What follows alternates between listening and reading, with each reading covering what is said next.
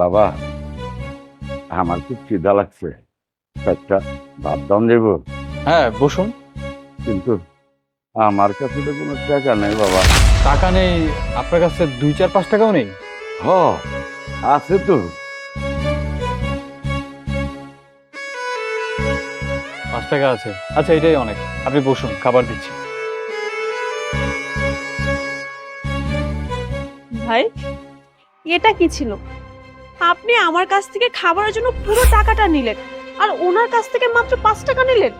এটা কি ঠিক করলেন আপনি? না আসলে আপনি ব্যাপারটা ভুল বুঝতেছেন। আরে না ভাই, আপনি আমাদের সাথে ভুল করতেছেন। শুধু আমাদের সাথে না, আপনি নিজের সাথে ভুল করতেছেন। আপনি যেভাবে 2 টাকা করে খাবার দিচ্ছেন, কয়েকদিন পর আপনার রেস্টুরেন্ট বন্ধ হয়ে যাবে।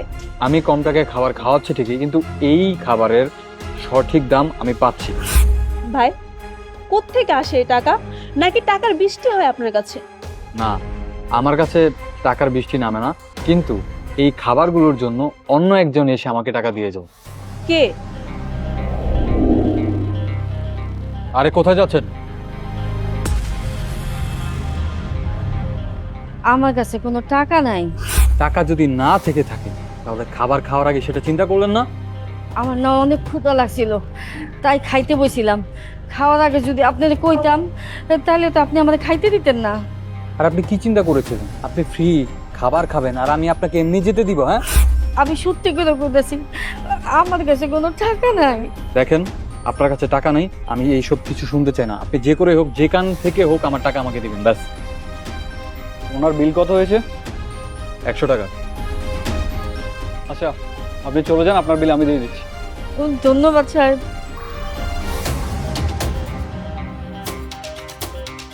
আচ্ছা একটা কথা বলো তো আমাকে, তোমার এখানে প্রতিদিন কতজন মানুষ আসে যাদের কাছে টাকা থাকে না, তারা অনেক ক্ষুধার্ত হয়? ডেইলি 4-5 জন তো হবেই। আচ্ছা একটা কাজ করো, তোমার কাছে এরকম যত মানুষই আসুক, ধরো তাদের কাছে 2-4 টাকা যাই থাকুক, তাদেরকে পেট ভরে খাইয়ে দিবে, আর তাদের যত টাকায় বিল হয় তোমাকে আমি দিয়ে দিব।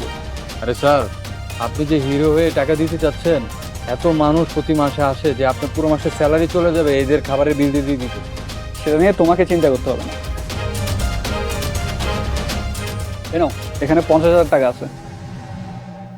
আরে বাহ, আপনি এরকম গরিব ফকিন্নি মানুষদের জন্য 50,000 টাকা দিচ্ছেন। আপনার মন মানসিকতা কিন্তু অনেক ভিন্ন বলতেই হবে। আচ্ছা একটা কথা বলবেন, আপনি এই কাজটা কেন করছেন?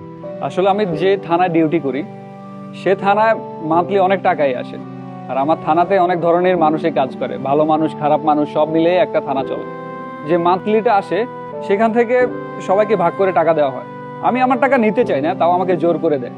আর আমি সেই টাকাটা আমার নিজের জন্য খরচ করি না, সেটা আমি মসজিদের দান বাক্সতে দান করে দিতাম। আর আজকে যখন তোমার এখানে এরকম মানুষ দেখতে পাচ্ছি যাদের কাছে টাকা থাকে না, তারা অনেক ক্ষুধার্ত কিন্তু খেতে পাচ্ছে না, তো আমি এখন থেকে চিন্তা করলাম যে আমার টাকাটা ওইখানে না দিয়ে তোমাকেই দিব, আর তুমি তাদেরকে পেট ভরে খাইয়ে দিবে। কেমন?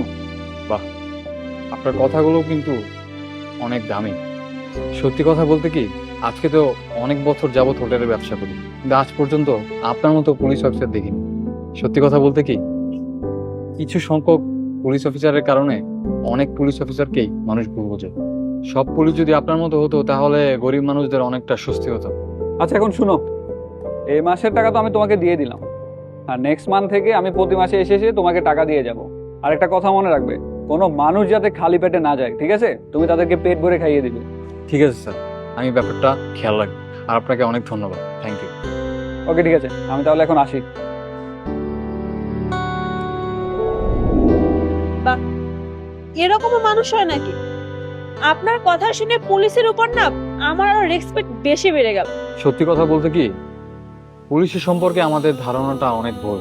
হ্যাঁ এটা ঠিক, আজকাল পুলিশ অনেকে অন্যায় করে, কিন্তু সব পুলিশ একই রকম না। অনেক ভালো মানুষ এবং সৎ পুলিশ অফিসারও আছে। তা অবশ্য আপনি ঠিক বলেছেন। ভাই, আমার খুব ক্ষুধা লাগছে, আমার কাছে 2 টাকা, আমার কি খাওয়ান দেওয়া যাবে? জি জি অবশ্যই, আপনি টাকা দিন আর খেতে বসুন, খেতে বসুন। যাক, ভালোই। ঠিক আছে, আপনি থাকেন, আমি আসি।